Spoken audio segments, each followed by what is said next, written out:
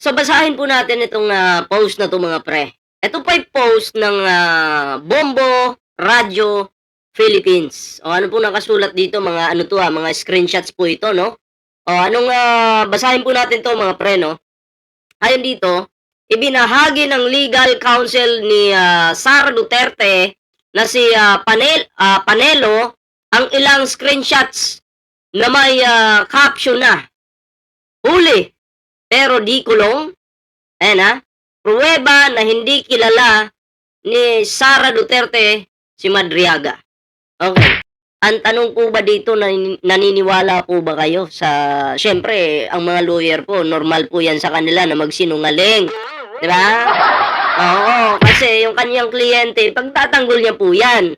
Pero 'wag po kayong maniniwala diyan kasi, 'wag po tayong gamitin po natin yung ating utak 'no? 'Wag po tayong magpapadala sa kanilang, drama.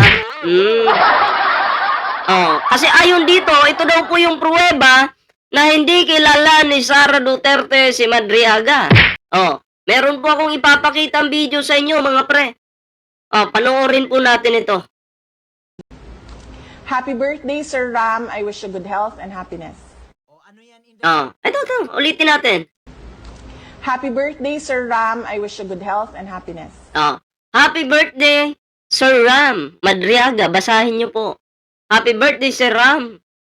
Oh, ano sabi? Oh, ulitin natin. Happy birthday, Sir Ram. I wish you good health and happiness. Happy birthday, Sir Ram. I wish you good health and happiness. Special pa. Special po si Madriaga kay Sara Duterte. Bakit? Binati pa ng happy birthday. May pangalan pa. Nakalagay pa yung pangalan, Ram Madriaga. Ngayon, maniniwala ba kayo kay Panelo? Ha? Huwag po kayo maniniwala dyan. Mandilin lang din yan eh. Diba? Doon lang po tayo sa katotohanan. Kung ano po yung totoo, yun po yung ating ilalabas. Diba? Oh. Video po ito hindi po nagsisinungaling yung video. Diba? Malinaw po ito. Oh. Na si Sara Duterte yung nasa video mga pre. Kaya kayo po ba maniniwala sa mga kampo ng kadiliman? Oh. Na nakadikit kay Sara Duterte. Basta mga DDS po, mga sinungaling yung mga yan. Diba? Hindi daw kilala. Oh. Eh ano nga ito? So ayan mga pre, bago po tayo magtuloy-tuloy sa ating reaksyon, huwag kalimutang mag-like, share, subscribe para naman po ay maging updated po kayo sa mga uploads natin. Ayan. Siyempre mga pre may ano po tayo dyan, may TikTok po tayo, may Facebook po tayo. Ayan, at sana po ay supportahan nyo po yung ating mga social media accounts. Ayan. So ayan mga pre, eto po, isunod po natin ito, bigyan po natin ng reaction ito, yung about po dito kay Attorney Claire Castro, no? Oo, may banat yata ito kay Tubit Tiangco, no? Tingnan po natin at panoorin po natin. As early as last week, may mga nagsasabi na po na there's impeachment vote buying, may mga nagtatangka na rin pong gusto daw i-impeach si Vice President Duterte para malayo sa flood control scandal or para hindi sila madawit doon. Ano po ang pananaw ng palasyo sa ganitong mga pahayag na ini-influensyahan yung mangyayari sa impeachment? Sino nagsabi niyan? Isa po nagsabi, si Congressman Naging manghuhula na si Tubit Tiangco, ano? Kasi tingnan nyo tingnan nyo President Duterte para malayo sa flood control. Eto. As early as last week, may mga nagsasabi na po na there's impeachment vote buying, may mga nagtatangka na rin pong gusto daw i-impeach si Vice President Duterte para malayo sa flood control scandal or para hindi sila madawit doon. Ano po ang pananaw ng palasyo? Di ba? So parang hindi lang po ano to si Tubit Tiangco, hindi lang po politiko, manghuhula na rin. Oo, pero tingnan po natin ano po yung sagot ni ano dito. Sagot ni Attorney Claire o Yusek Claire Castro. Sa ganitong mga pahayag na ini-influensyahan yung mangyayari sa impeachment. Sino nagsabi niyan? Isa po nagsabi, si Congressman Toby Chanco. Yes. Itong si Congressman Toby Tiangco, ang daming sinasabi, pero wala tayong nakikitang anumang ebidensya. Sinabi niya na 1,000,000% na papanagutin ng Vice Presidente ang mga corrupt or gumawa ng anomalya sa pondo ng bayan, especially the flood control projects. 1,000,000% papanagutin. Mukhang alanganin po yun na yung pangarap ni Sara Duterte na panagutin yung mga sangkot sa flood control projects. Bakit? Bakit po alanganin? Dahil mga kakampi po nila lahat yung mga magnanakaw. Diba? Yan si Saldico. Yan si Saldico, dikit na dikit kay Digong yan noon. Oh, kaya nga naging kawatan eh. Diba? Oh, naging expert po sa pagnanakaw. Yung hinayupak na yan. Yung kupal na yan. Oh. So, drama lang po ito ni Sara Duterte. Pang-uuto na naman po ito sa taong bayan. Katulad ng tatay niya noon, nasabi ng tatay niya, pupunta daw ng West Philippine Sea, sasakay ng jet ski, maglalagay ng flag doon. Wala namang natupad. Ngayon naman, yung kay Sara Duterte, iba. Papanagutin daw yung mga sangkot sa flood control projects. Oh. Paano mo ngayon papanagutin kung pamilya niyo mismo nasasangkot dyan? Diba? Oh. Asa na yung 51 billion? Kumusta yung flood control sa Davao City? Oh. Bakit malubha yung baha dyan sa Davao? Wag na dito sa Kamaynilaan kasi sabi nyo, kurap yung mga opisyal dito. Oh. Sabi nyo, the best na syudad, Davao City. Pag the best, ibig sabihin walang baha. Pero bakit binabaha? Sabi nyo sa Kamaynilaan, kurap. O sige na, ibibigay ko na sa inyo yan. Kurap. Yung mga nandito sa Manila. Sasakyan ko yung trip nyo. So, ibig sabihin, kayo sa Davao, hindi kurap. Ang tanong, hindi pala kayo kurap, bakit baha kayo dyan? Wala talaga itong mga to. Kaya ang hamon natin mismo kay Congressman Toby Tiangco para mapatunayan niya to. Hindi ba dapat kahit hindi pa presidente, ang vice-presidente dapat nagtatrabaho na siya para mapanagot ang mga di umanong korap, lalong-lalo na doon sa mga ghost projects nung panahon ng kanyang ama. Madali na Tama. Dapat si Sara nagtatrabaho na. Ano pong ginagawa ni Sara ngayon? Wala. Diba? Pahig-hig lang. Tamad. Walang silbi. Walang bilang. Useless. Basura. Durog kayo kay Yusik Claire dito. naman niya malalaman kung sinong involved dito, tanungin lamang niya ang dating secretary ng DPWH na ngayon ay si Secretary or rather Senator Mark Villar. Hanggat hindi ito nagagawa, ang sabi nga natin, maaaring nanlilinlang lang si Secretary or rather Congressman Toby Tiangco. So, sa ngayon pa lamang, hindi dapat niya sirain ang anumang institusyon ng gobyerno, lalo na kung saan siya kung saan siya nakakasama or where he belongs, di ba? Sa institusyon where he belongs. Hindi dapat niya sinisiraan, lalo na wala siyang ebidensya. Walang ebidensya po Yan ay mga sabi-sabi lang. Toby Tiangco talaga, wala talagang kwenta din no? At sabi naman ni Toby Tiangco, siya daw po ay independent. Kayo po ba'y maniniwala dyan? Na itong taong ito independent daw. Sino kayang niloloko nitong Toby Tiangco na to? No? Kayo po ba'y maniniwala sa taong ito? Panoorin po natin ang video ito mga pre. Dahil siya daw po ay independent. Hindi daw po siya DDS, hindi daw din po siya suportado sa administrasyon. Pag independent, solo ka. Diba? May sarili kang desisyon, pero Toby, masyado ka ng halata. Bakit ba kasi kinakahiyan nyo yung pagiging DDS nyo? Pwede naman kayong umamin na DDS talaga ako. Bakit kinakahiyan nyo? Maliwanag sa akin. Baka gustong mamangka nito sa dalawang ilog. Ang daming nagdi-deny na hindi daw po sila DDS. Pwede naman kayong umamin. Hindi naman kami magagalit. So panoorin po natin ang video ito mga pre. My political history shows that I will say whatever I want to say. I will say whatever I think is right. Would you describe yourself as an independent instead? Hindi ako trapo. Independent ako. Basta kung ano yung tama. Basta kung sino yung may tama, sasamahan niya. Diba? At kung sino yung bobo, sasamahan niya. At kung sino yung naninira sa gobyerno, sasamahan niya. Diba? Yan po ang inyong Toby Tiangco. Halatang halata. Ba't di ba kasi umamin? Administrasyon, ang daming ginawang tama. Hindi mo naman sinuportahan. Pero yung mga Duterte, puro kapalpakan yung ginagawa, katamaran yung ginagawa, suportado ng isang, sabagay, wala ka rin kwenta. Diba, tuloy natin.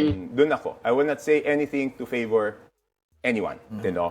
I respect that I will not say anything to favor anyone, pero pabor yung mga sinasabi mo doon sa mga Duterte. Di ba? there are yung mga may mga nag-file diyan at nag-endorse na talagang it's out of principles, no? Yung Makabayan Black, I don't think they have any hidden agenda. It's out of principles. Yung grupo nila Congresswoman Laila de Lima, Shell Diokno, Akbayan, I believe it's out of principles. Yung grupo ni Kiko D, naniniwala ako, out of principio doon. Pero sa likod ng prinsipyong yon, may mga nagtatago na talagang takot na takot lang sila na maging presidente si Vice President Sara because kung ngayon hindi pa sila napapanagot, iniisip nila na pag nanalo si VP Sara, hindi na sila makaka-escape from accountability. Ito naniniwala po ako. Pero yung sinasabi ni Toby Chanko, hindi yun eh. Hindi yun. Lahat, okay, karamihan ng mga Pilipino natatakot po na manalo si Sara Duterte. Bakit po? Ayaw po natin ng isang leader na bobo. Ayaw po natin ng isang leader na walang alam, tamad. Ngayon, kung maging presidente ka, tamad ka, hindi ka nagtatrabaho, ano mangyayari sa bansa? Kung bobo ka sa English, lalabas ka ng ibang bansa, makikipag-usap ka doon sa mga katransaksyon mo. Oh, ano mangyayari? Mahirap kung magiging lutang ka doon sa ibang bansa. Lalo na't malalaking leader pa yung makakausap mo doon, mahirap. Di ba? Mapapahiya yung Pilipinas. Di ba? Ngayon pa nga lang na Vice President ka, isa ka ng malaking kahihiyan, paano pa kaya kung ikaw ang maging presidente? Na-imagine nyo po yun? Yung itok-itok na nga lang eh. Itok-itok. Wala na. Oh. I think the people is start clapping. Pagtangin ng...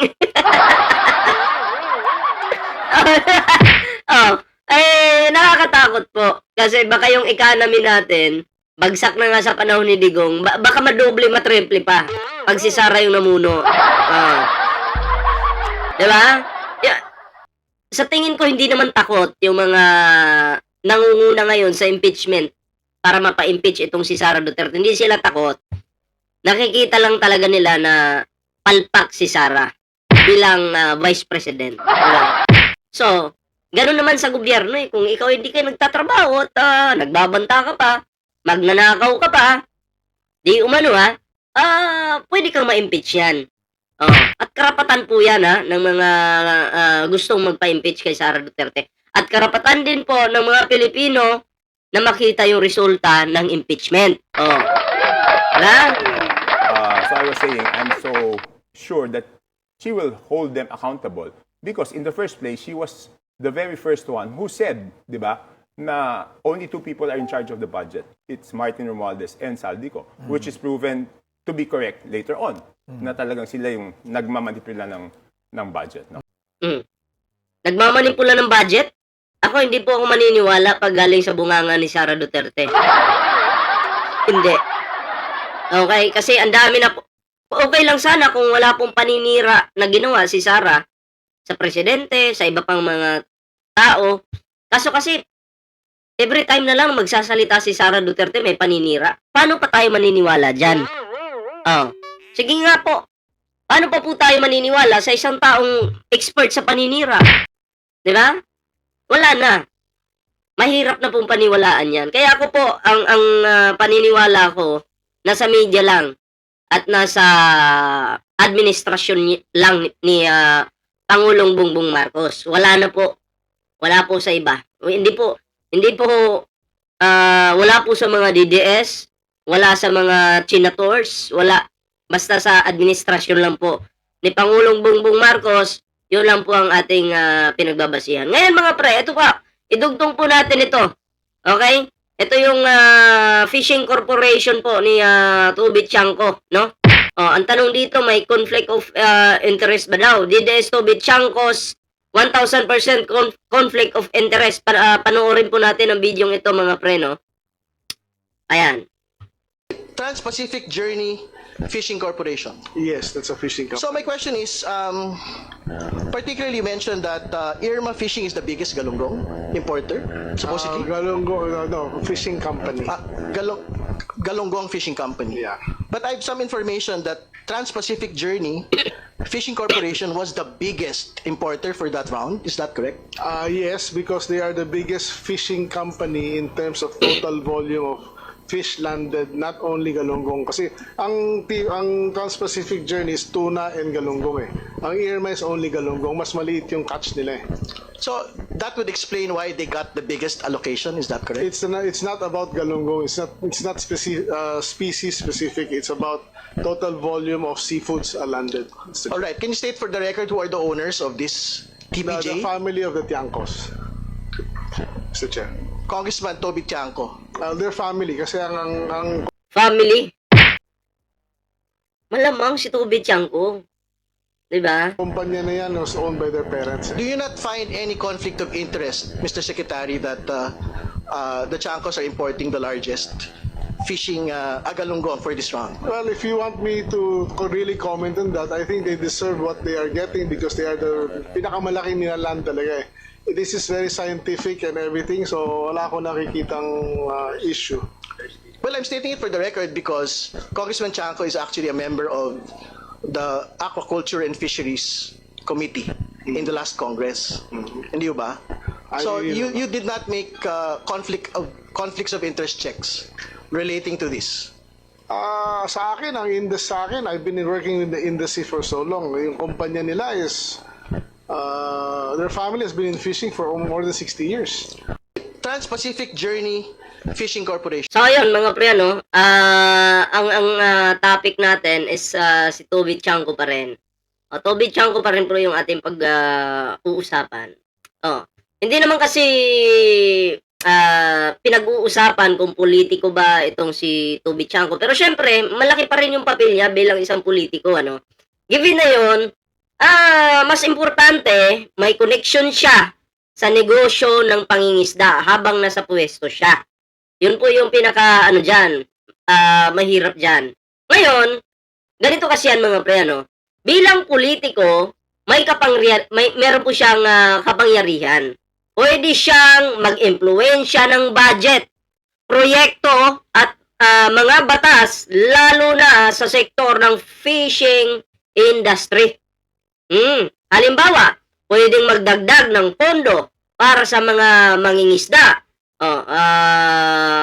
Tapos, sasabihin niya magdadagdag, ganun. Tapos, ang ending, mabubulsa lang siguro yung iba, or di kaya yung mga pera na yon mapupunta lang sa negosyo niya. Lalong lalaki yung negosyo niya, tapos, posible po na pera ng gobyerno yung gamit. Yun po yun. Diba? Yun po yun. May connection po siya eh. Politiko siya eh. Diba? Nag-request ng budget. Oy, kailangan ko ng dagdag budget nito. Pera.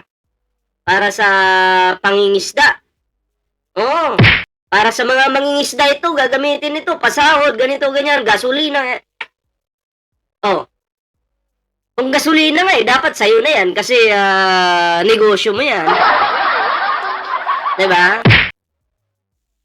So, posible pong ganun yung nangyayari, mga pre. Kaya, mapapansin nyo, yung po, ni Toby Tiangco, yung kanyang fishing company, ay lumulobo ng lumulobo. Baka nga, kayo ba maniniwala na pera niya yung ginagamit niya dyan? Siya may impluwensyang tao, may koneksyon, politiko. Baka mamaya kahit piso wala siyang ginastos dyan na galing sa sarili niyang bulsa. Baka mamaya pera natin yun. Mga tax natin yun. Sarap ng buhay talaga ni Toby Tiangco. Diba? So yun po yun. Tapos syempre yung mga permit, mabilis siyang makakuha kasi nga politiko siya. Diba? Yan po yung pinupunto natin dito mga pre. Kaya kayo mga pre, ano pong reaction niyo dito? Comment down below para naman po mabasa natin yung inyong kanya-kanyang comments. Ayan. At ayun na nga, no?